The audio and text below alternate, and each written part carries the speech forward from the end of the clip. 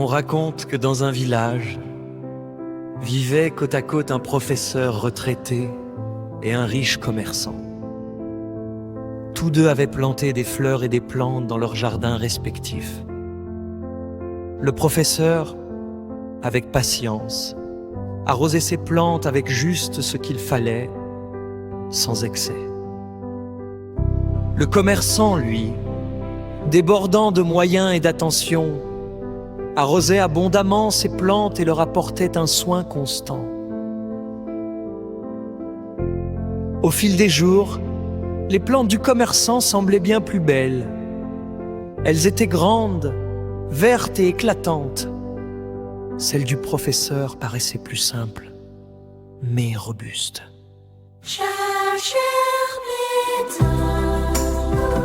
Un jour, une violente tempête frappa le village. Des pluies fortes et des vents puissants s'abattirent toute la nuit. Le lendemain matin, les habitants sortirent pour constater les dégâts. Le commerçant découvrit avec stupeur que toutes ses plantes avaient été arrachées et détruites. En revanche, celle du professeur était restée debout, solide, comme si elle n'avait rien subi. Surpris, le commerçant demanda au professeur: « Comment cela se fait-il?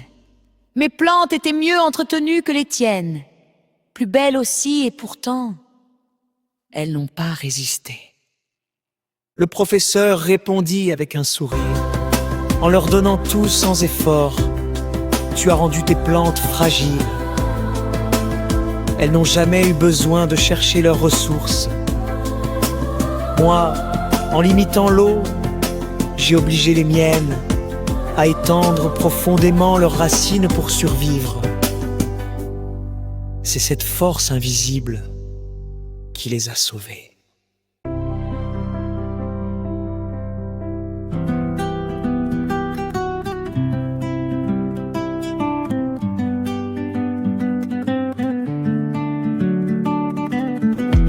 Dans un village au bord du chemin vivait un marchand, riche de ses biens. À côté, un professeur discret, avec son jardin simple et parfait. Le marchand disait toujours à son voisin: « Regarde mes fleurs, elles brillent comme le matin. » Mais le professeur, avec un doux sourire, répondait peu, il préférait agir. Oh, la tempête est venue, elle a tout balayé, elle n'a rien retenu, les fleurs fragiles par le vent emporté. Mais le modeste jardin est resté. Le riche arrosait son jardin chaque jour, avec mille soins, presque par amour. Mais le professeur, lui, laissait la nature façonner ses plantes dans la rue d'aventure. Le marchand vantait ses pétales délicats, les tiennes sont ternes, vois comme elles sont là. Mais le professeur, sage et sans jalousie, chantait doucement en harmonie. Oh, la tempête est venue, elle a tout balayé, elle n'a rien retenu, les fleurs fragiles par le vent emporté.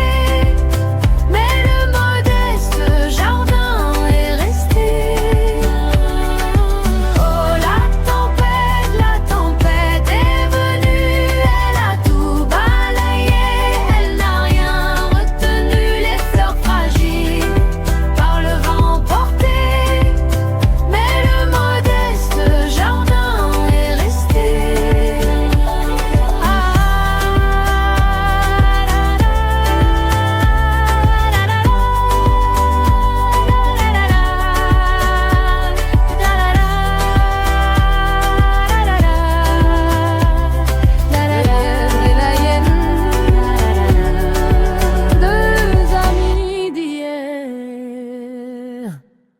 sous l'arbre baobab, partageaient la lumière.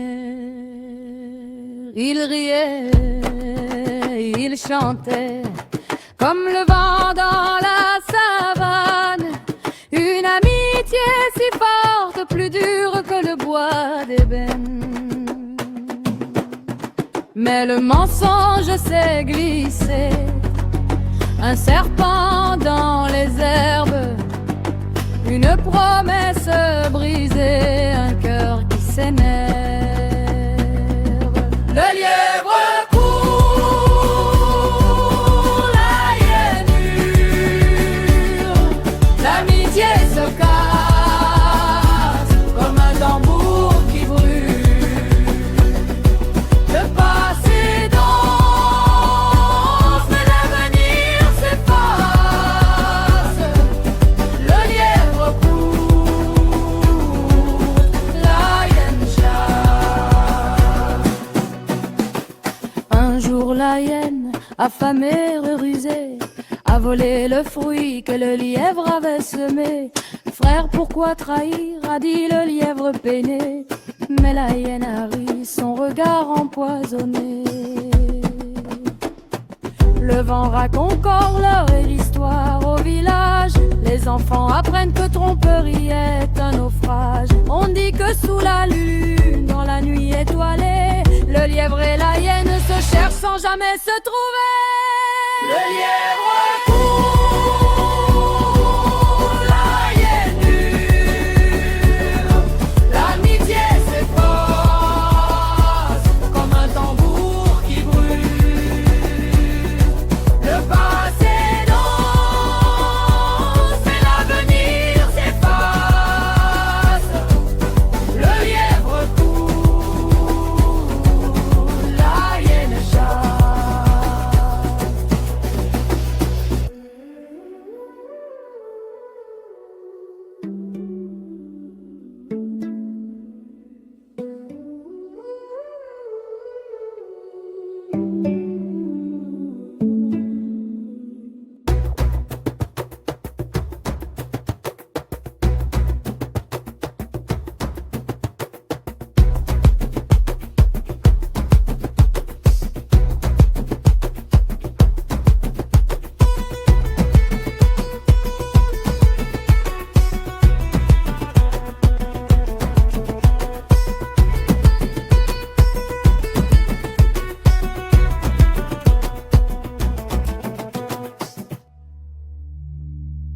Il y a longtemps, le lièvre et la hyène vivaient comme de grands amis.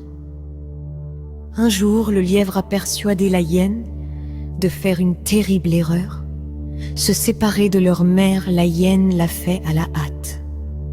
Mais le lièvre, très rusé, n'a jeté qu'un lourd hochet dans le fossé, trompant ainsi la hyène.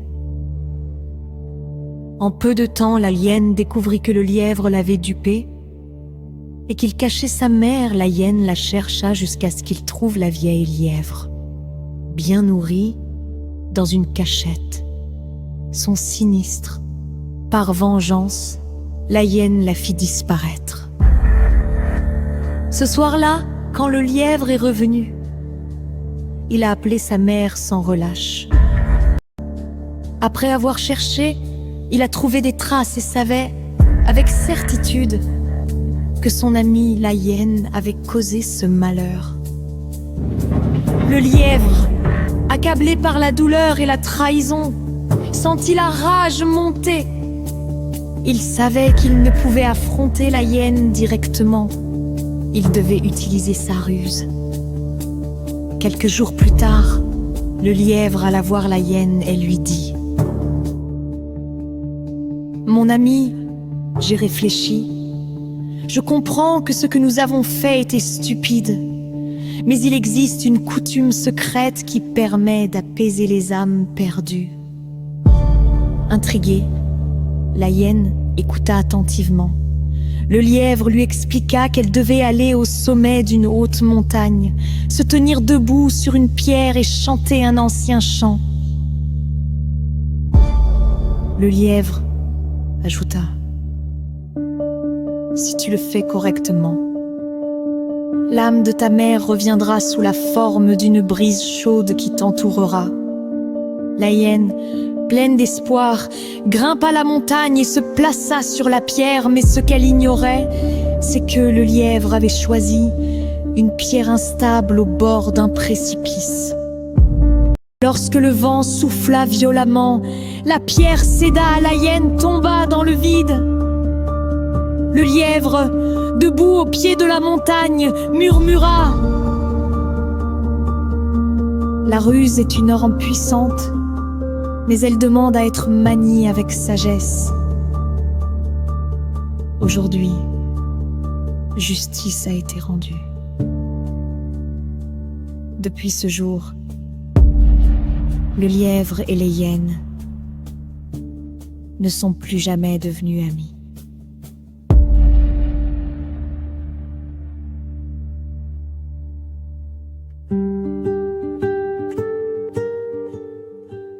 Un jour, un grand roi se promenait sur la route. Il portait un sac plein d'argent et était accompagné de son fils. À un moment, son fils demanda: « Où allons-nous » Le roi répondit: « Nous n'allons pas loin. » Bruit de sac lourd déposé. Il s'arrêta grand et déposa son sac au milieu de la route. L'enfant demanda: « Que faisons-nous ici ?» Le roi répondit: « Nous allons attendre ici jusqu'à ce que nous ayons trouvé un homme honnête. J'ai besoin d'un homme honnête pour en faire mon ministre des Finances. Et je crois que cet endroit est indiqué pour en trouver un. » L'enfant fit remarquer: « Mais il n'y a personne à des kilomètres à la ronde. » Le roi rassura: « Ne t'en fais pas, quelqu'un finira par passer. » L'enfant reprit: « Probablement un cultivateur, il sera peut-être honnête, mais il n'aura aucune instruction. » Le roi répondit: « Pourquoi te tracasses-tu ? Il est plus facile d'instruire un homme honnête que de changer le cœur d'un voleur.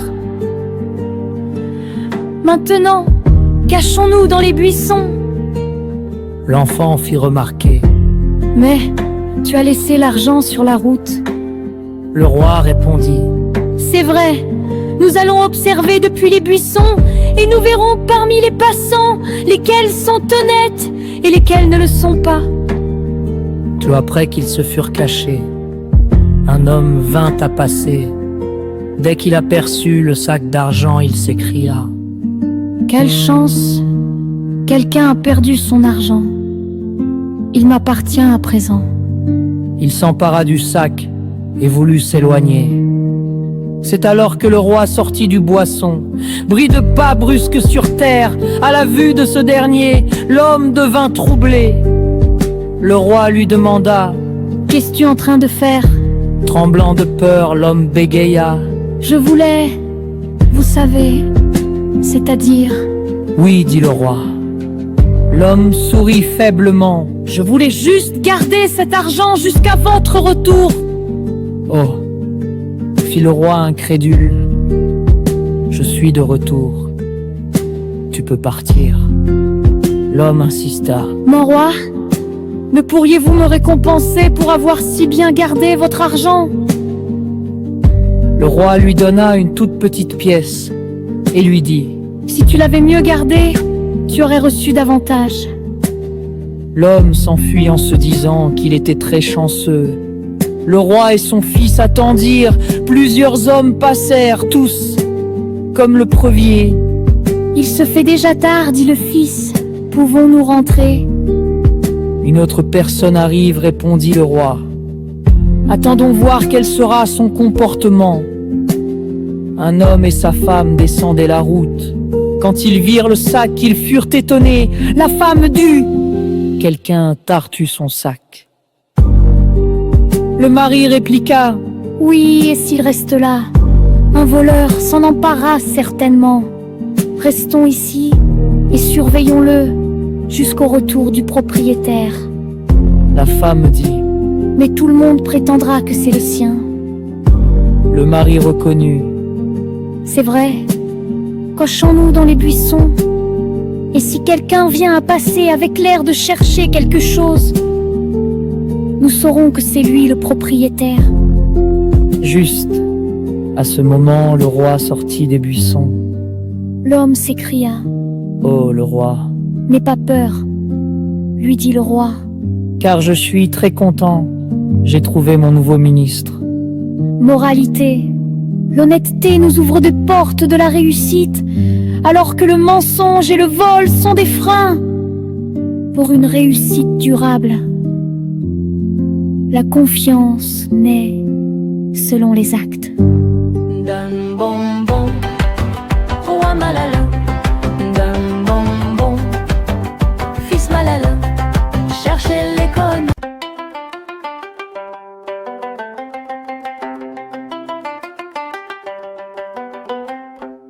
Il était une fois un roi très grand, avec un fils, un prince charmant. Il cherchait, oh oui, un économe pour gérer le royaume comme un tome. D'un bonbon, roi Malala. D'un bonbon, fils Malala. Cherchez l'économe, trouvez-le bien. D'un bonbon, quel chemin?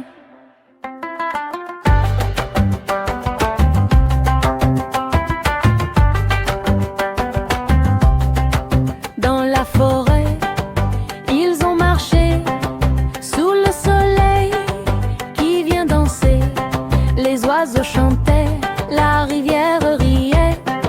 Le roi disait on y arrivera, c'est vrai. D'un bonbon, roi Malala. D'un bonbon, fils Malala. Cherchez l'économe, trouvez-le bien. D'un bonbon, quel chemin?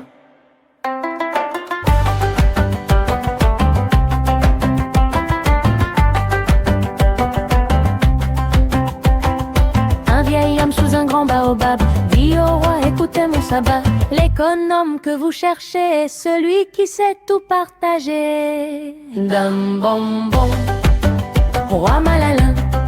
D'un bonbon, fils Malala. Cherchez l'économe, trouvez-le bien. D'un bonbon, quel chemin?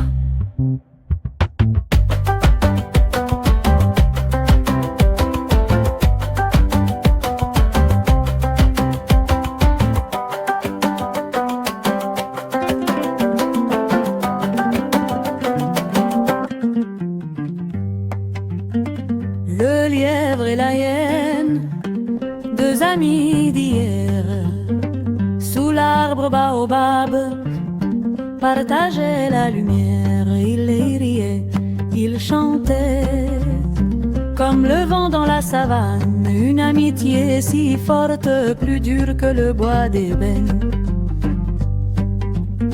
Mais le mensonge s'est glissé, un serpent dans les herbes, une promesse brisée, un cœur qui s'énerve.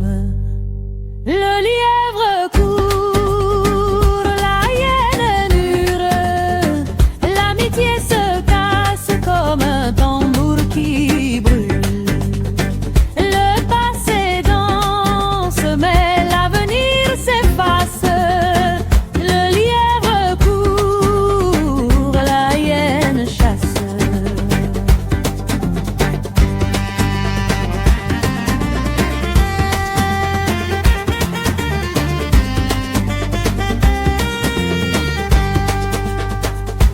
Un jour la hyène, affamée et rusée, a volé le fruit que le lièvre avait semé. Frère, pourquoi trahir, a dit le lièvre peiné. Mais la hyène a ri, son regard empoisonné. Le vent raconte encore leur histoire au village. Les enfants apprennent que tromperie est un naufrage. On dit que sous la lune, dans la nuit étoilée,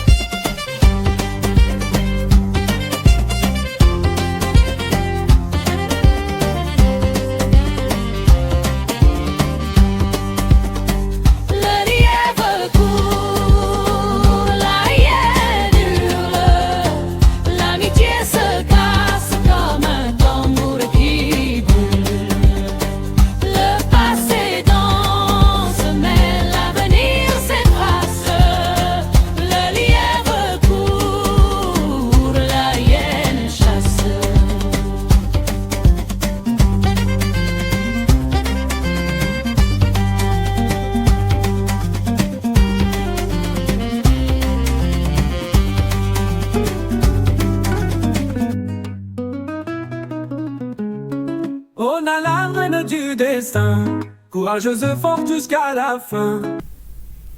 Il était une fois, dans un royaume lointain, une jeune fille connue sous le nom de Nala.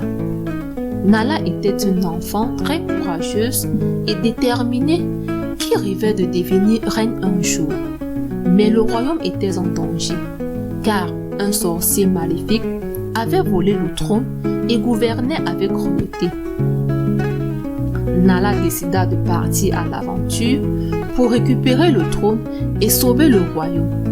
Elle rencontra un guerrier courageux nommé Kofi et un sage vieux homme nommé Babacar qui l'aidèrent dans sa quête. Ensemble, ils affrontèrent de nombreux dangers et surmontèrent des défis difficiles. Ils rencontrèrent des créatures magiques et des bêtes féroces. Mais Nala ne se laissa pas intimider. Finalement, ils arrivèrent au château du sorcier et Nala affronta le sorcier dans un combat épique. Elle utilisa tout son courage et sa détermination pour le vaincre et récupérer le trône. Le royaume fut sauvé et Nala devint la nouvelle reine. Elle gouverna avec sagesse et justice et le royaume prospéra sous son règne. Mais le sorcier maléfique ne fut pas oublié, car il jura de se venger un jour. Et Nala devait toujours rester vigilante pour protéger son royaume. Et c'est ainsi que Nala devint une légende dans le royaume et que son histoire fut racontée de génération en génération. Oh Nala, reine du destin, courageuse et forte jusqu'à la fin. Pour ton royaume tu as combattu et la lumière a vaincu.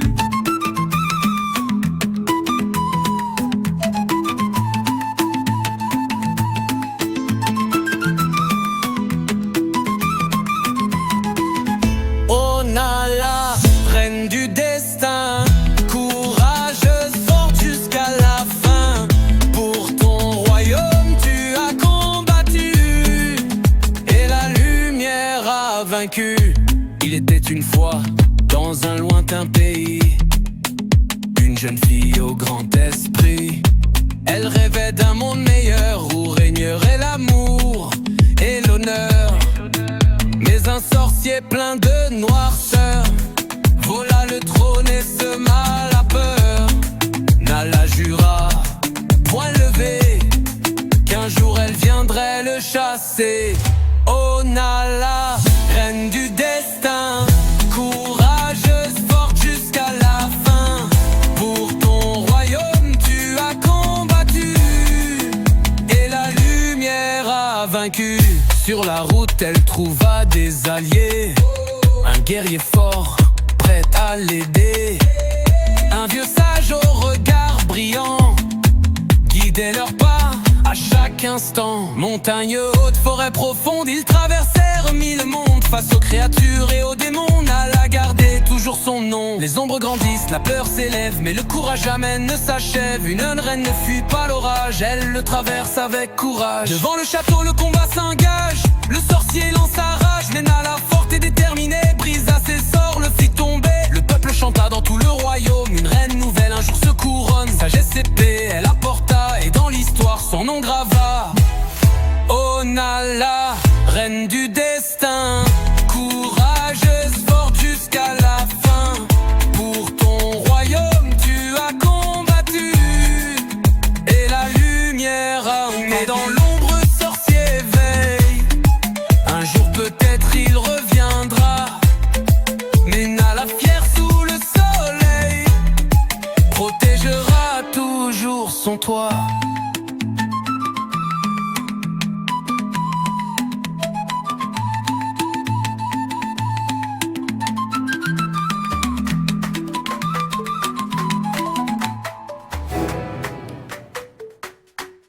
Éclair de feu dans la nuit noire, le roi Sango marche sans espoir. Le combat de Sango. L'enfant fut élevé en cachette dans une grotte sur une île de Crète. Ozum avait eu l'idée de confier son éducation au dieu guerrier qui avaient coutume de danser en entrechoquant leurs armes. Ozum, soucieuse de protéger son fils, comptait sur le fracas du bronze pour recouvrir les vagissements du bébé. Entouré des nymphes du pays, l'enfant grandit, nourri du lait de la chèvre comme la chèvre amatée et du miel que lui fournissaient les abeilles du mont Kilimandjaro. Cette enfance secrète se déroula harmonieusement sans que Ozala découvrit l'existence de son 6e fils. Devenu grand, Sango songea à détrôner son père, mais il ne pouvait y parvenir tout seul. Il eut alors l'idée de lui faire avaler un breuvage pour l'obliger à recracher les enfants qu'il avait absorbés. L'effet fut foudroyant. Ses frères libérés, Sango put alors se lancer avec eux dans un dur combat contre Ozala et les titans. Après 10 ans de lutte, la guerre se poursuivait toujours. Le Mandja décida de favoriser le camp de Sango en lui révélant le contenu d'une ancienne prophétie.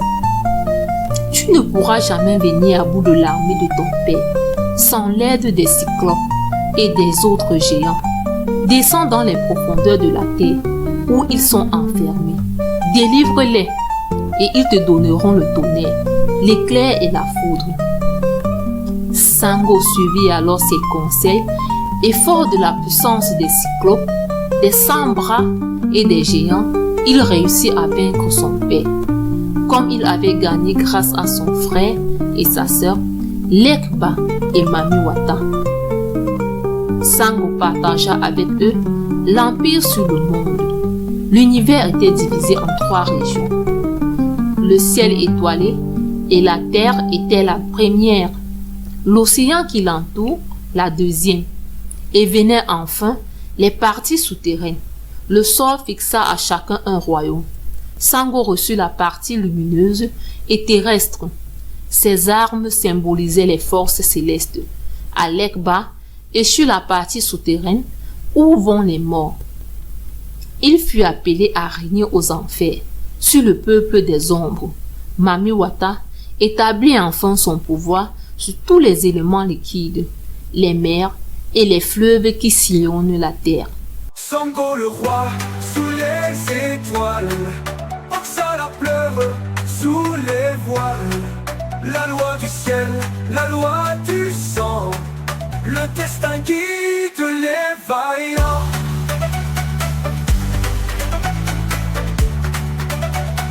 Guide les vaillants. Éclair de feu dans la nuit noire, le roi Sango marche sans espoir. Le vent murmure les chants d'antan, Oxala pleure, son cœur battant. Sango le roi, sous les étoiles, Oxala pleure, sous les voiles. La loi du ciel, la loi du sang, le destin guide les vaillants. Bataille ardente au cœur des bois, Sango que vauche avec grande foi. Les tambours grondent, la terre tremble, le roi surgit parmi les flammes. Sango le roi, sous les étoiles, Oxala pleure, sous les voiles. La loi du ciel, la loi du sang, le destin guide les vaillants. Sango le roi, sous les étoiles, Oxala pleure, sous les voiles. La loi du ciel, la loi du sang, le destin guide les vaillants. Sango vainqueur dans la lumière, Oxala cède le cœur amer. Les ancêtres chantent leur histoire, les dieux regardent de victoire noire. Sango le roi, sous les étoiles, Oxala pleure, sous les voiles. La loi du ciel, la loi du sang, le destin guide les vaillants.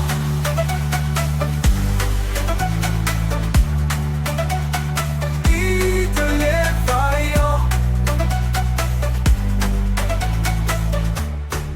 forêt jour, il marche sans crainte, cherchant le mystère caché dans la terre. Vainqueur du ciel, son père Ozalan devint le maître tout-puissant de l'univers. Au lieu d'en faire profiter ses proches, en délivrant ses frères, il préféra régner seul et les laissa enfermés dans les profondeurs de la terre. Sa mère, en colère, lui prédit sa fin. « Toi aussi, mon enfant, tu seras chassé du trône par l'un de tes fils. » Craignant que cette prophétie ne se réalise, Ozalan trouva alors, comme son père, un moyen d'éliminer les enfants que lui donnait son épouse Ozo. Chaque fois qu'il en laissait un, il le dévorait. C'est ainsi qu'il engendra, puis absorba 5 nouveau-nés. Leur mère, désespérée, alla trouver Lemanja. « Cher aïeux, j'ai besoin de ton aide. Ton fils fait disparaître tous les enfants que je porte. Un 6e vient de naître. C'est un garçon. Aide-moi à le sauver. » « Tu dois être plus rusée que lui, ma fille, lui répondit malicieusement Lemanja. Émaillote une pierre dans un linge et donne-lui le tout à la place du bébé. Il ne se méfiera pas et l'avalera tout rond comme les autres. La prophétie de Lemanja ne tarderait donc pas à s'accomplir. Le bébé qu'elle venait de sauver, c'était Sango, le jeune dieu, ravirait bientôt à son père le pouvoir absolu sur le monde. Sango, Sango, on s'en couronne, marchant dans l'ombre là où personne n'ose défier sa grandeur sacrée. Sango, Sango, prince concert caché dans la teinte. Les tambours résonnent sous la pleine lune. Le prince Sango cache bien sa fortune. Les ancêtres murmuraient des secrets enfouis dans les branches d'un arbre aux racines choisies. Sous le ciel étoilé, son destin s'envole. Le prince Sango cache bien sa fortune. Les ancêtres murmuraient des secrets enfouis dans les branches d'un arbre aux racines choisies. Sous le ciel étoilé, son destin s'envole. Le prince des légendes au cœur qui bat fort. Sango, Sango, on s'en couronne, marchant dans l'ombre là où personne n'ose défier sa grandeur sacrée.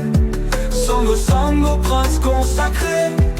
Les rivières chantent à son passage, portant avec elles espoir et courage. Les lions rugissent d'un écho lointain, saluer le prince Sango venu de loin. Ses yeux de feu brillent dans la nuit noire, rêvant toujours d'un glorieux avenir. Sous le jacaranda, il prend son pouvoir. Le prince Sango lève son empire. Sango, Sango, on s'en couronne, marchant dans l'ombre là où personne n'ose défier sa grandeur sacrée. Sango, Sango, prince consacré.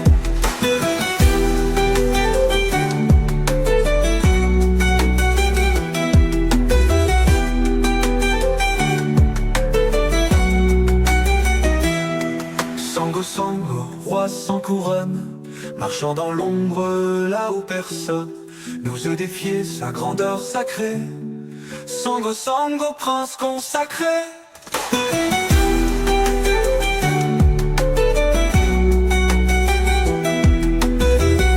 Petit Kofi aux yeux brillants, curieux voyageur des vents, il court sous les grands baobabs, son cœur bat au rythme des temps. Il était une fois, dans un village africain, un petit garçon nommé Kofi.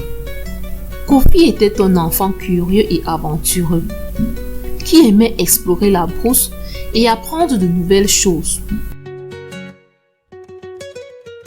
Un jour, alors qu'il était en train de jouer dans la forêt, il rencontra un vieil homme sage qui s'appelait Baba. Baba lui raconta l'histoire de l'arbre à palabres, qui était un arbre très spécial qui pouvait parler et donner des conseils aux gens. Kofi était très impressionné et demanda à Baba comment il pouvait trouver l'arbre à palabres. Baba lui donna des indications et Kofi partit à la recherche de l'arbre. Après avoir marché longtemps, Kofi trouva enfin l'arbre à palabres. Il s'approcha de l'arbre et lui demanda conseil sur comment être un bon ami. L'arbre à palabres lui répondit: pour être un bon ami, il faut être honnête, respectueux et aimant. Kofi remercia l'arbre à palabres et retourna au village pour partager ce qu'il avait appris avec ses amis. À partir de ce jour, Kofi fut connu comme le plus gentil et le plus honnête des enfants du village, et tout le monde l'aimait. Et l'arbre à palabres continua à donner des conseils aux gens du village pour leur aider à vivre en harmonie et à être de bons amis. Kofi, enfant du village, toi le plus honnête, petit sage, tout le monde t'aime, t'admire, ton sourire fait naître les rires.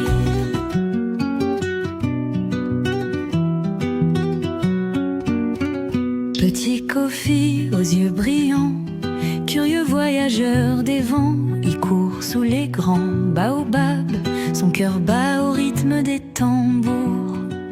Il explore les rivières sacrées, le petit Kofi au pas léger. Il découvre des secrets enfouis, ses aventures sont un bal. Kofi, enfant du village, toi le plus honnête, petit sage, tout le monde t'aime, t'admire, ton sourire fait naître les rires.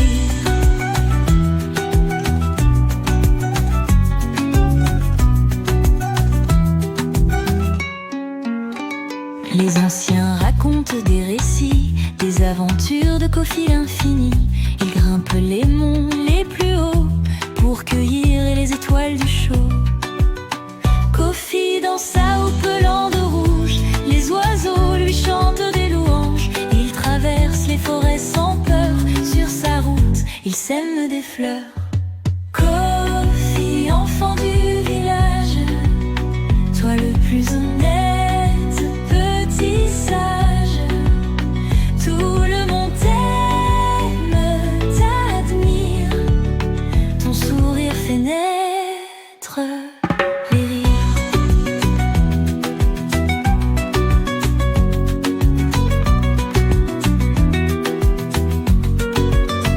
Kofi dans sa houppelande rouge, les oiseaux lui chantent des louanges.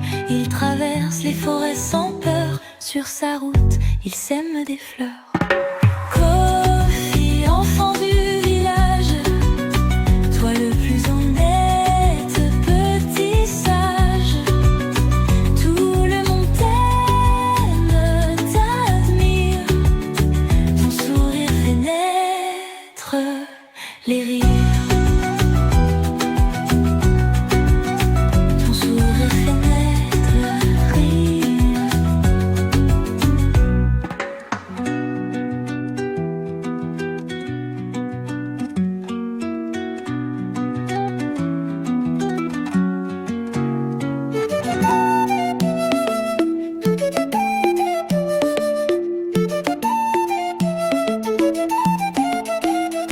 Il était une fois dans un village lointain. Aïcha. Il était une fois, dans un village africain, une petite fille nommée Aïcha. Aïcha était une enfant très douce et aimante qui adorait les animaux et la nature. Un jour, alors qu'elle était en train de jouer dans la cour de sa maison, elle trouva un petit oiseau blessé. Elle le prit dans ses mains et le soigna avec beaucoup d'amour et de tendresse. Le lendemain, l'oiseau était guéri et il commença à chanter une chanson très belle. Aïcha fut surprise et ravie de voir l'oiseau chanter. L'oiseau lui dit: Aïcha, tu m'as sauvé la vie et maintenant je vais te récompenser. Je vais t'apprendre à parler aux animaux. Et l'oiseau enseigna à Aïcha comment communiquer avec les animaux. Aïcha était si heureuse qu'elle partagea son secret avec tous les enfants du village. À partir de ce jour, Aïcha fut connue comme la petite fille qui pouvait parler aux animaux et tout le monde l'aimait.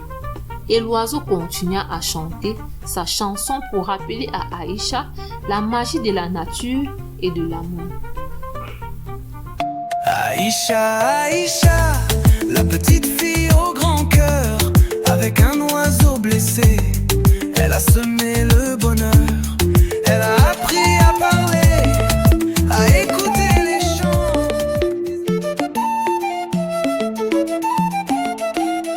Il était une fois, dans un village lointain, une petite fille, au cœur plein de chagrin. Aïcha douce âme, aimant la nature, elle soignait les animaux avec tant de tendresse, c'était sa culture. Aïcha, Aïcha, la petite fille au grand cœur, avec un oiseau blessé, elle a semé le bonheur.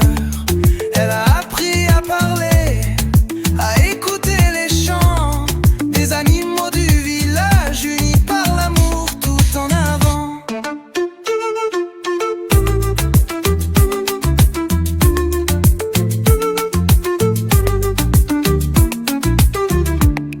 Un jour dans la cour, un oiseau est tombé.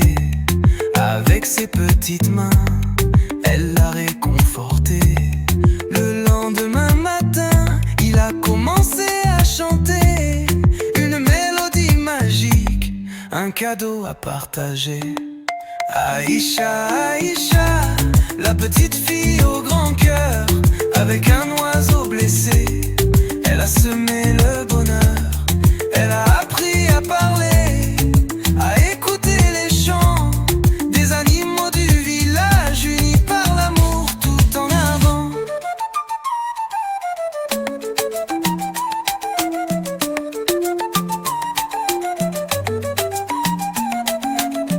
Et l'oiseau lui a dit, avec un sourire éclatant, grâce à ton amour, tu peux parler aux vivants. Partage ce secret avec tous tes amis. La magie de la nature, c'est un trésor infini. Aïcha, Aïcha, la petite fille au grand cœur, avec un oiseau blessé, elle a semé le bonheur. Elle a appris à parler, à écouter les chants des animaux du village, unis par l'amour tout en avant.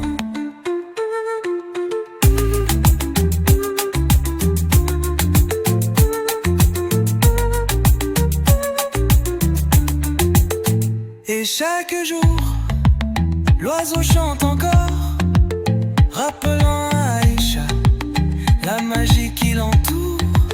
Dans ce village africain, l'amour est roi. Aïcha et ses amis, ensemble pour toujours, c'est la joie.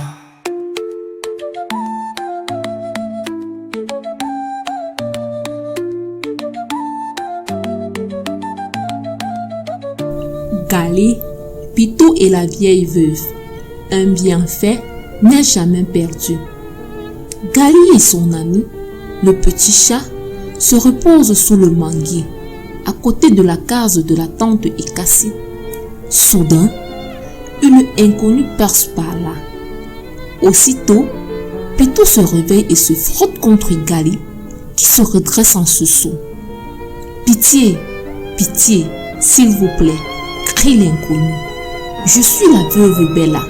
J'ai faim, j'ai soif, j'ai froid. Pitié. » « D'où viens-tu, grand-mère ?» lui demande Gali. « Je sors de la grotte abandonnée, à côté de la grande forêt. L'orage de la nuit dernière a tout dévasté. Je n'ai plus rien. »« Ma tante est au champ, » lui répond Gali. « Je vais voir si je peux trouver quelque chose pour toi. » Gali, suivi de Pitou, entre dans la cuisine et cherche ce qu'il pourrait donner à Bella. « Voilà quelques provisions, » dit Gali à la veuve, en lui tendant un peu de plantain et une calebasse d'eau fraîche. Bella les prend en souriant. Ravie, la veuve caresse Pitou, puis s'en va en remerciant joyeusement ses deux amis. Quelques jours plus tard, alors qu'il se promenait dans le jardin, Pitou aperçoit une grosse souris sortant du buisson. La souris s'enfuit à toute vitesse. Pitou la poursuit, bien décidé à l'attraper et à la croquer.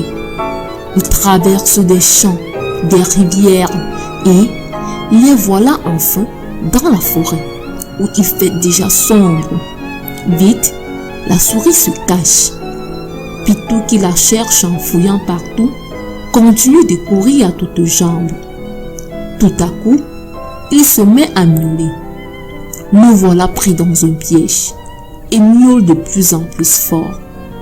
Oh là là là là, le piège de Zogo, le paysan, a pris un chat, s'écrie la veuve Bella, qui habite la grotte non loin de là. Le pauvre chat continue de miauler. Bella prend une braise de son feu de bois et s'en va au secours du malheureux. En arrivant devant le piège, elle s'écrie: mais c'est Pitou, le gentil compagnon de Gali. Que fais-tu ici? Lui demande-t-elle. Je poursuivais une souris, répond Pitou tristement. Eh bien, je vais te sortir de là, mon pauvre ami. Prenant alors Pitou dans ses bras, la veuve Bella le porte dans sa grotte. Elle soigne sa patte blessée et lui fait un pansement. Repose-toi bien, lui dit-elle. Dors, et demain, on retournera chez toi. Le lendemain, Bella arrive dans la case de la tante Ekassi. Voilà Pitou que je vous ramène, dit-elle. Il s'était fait prendre dans un piège à côté de ma grotte. Sous le regard émerveillé de la tante Ekassi, Bella remet le petit chat à Gali et s'en va en faisant un signe de revoir. Merci, merci Bella. Pauvre Pitou, il a eu de la chance. Dans un village au bord du chemin vivait un marchand, riche de ses biens. À côté, un professeur discret, avec son jardin simple et parfait. Le marchand disait toujours à son voisin: regarde mes fleurs, elles brillent comme le matin. Mais le professeur, avec un doux sourire, répondait peu, il préférait agir. Oh, la tempête est venue, elle a tout balayé, n'a rien retenu. Les fleurs fragiles par le vent portées, mais le modeste jardin est resté. Le riche arrosait son jardin chaque jour avec mille soins,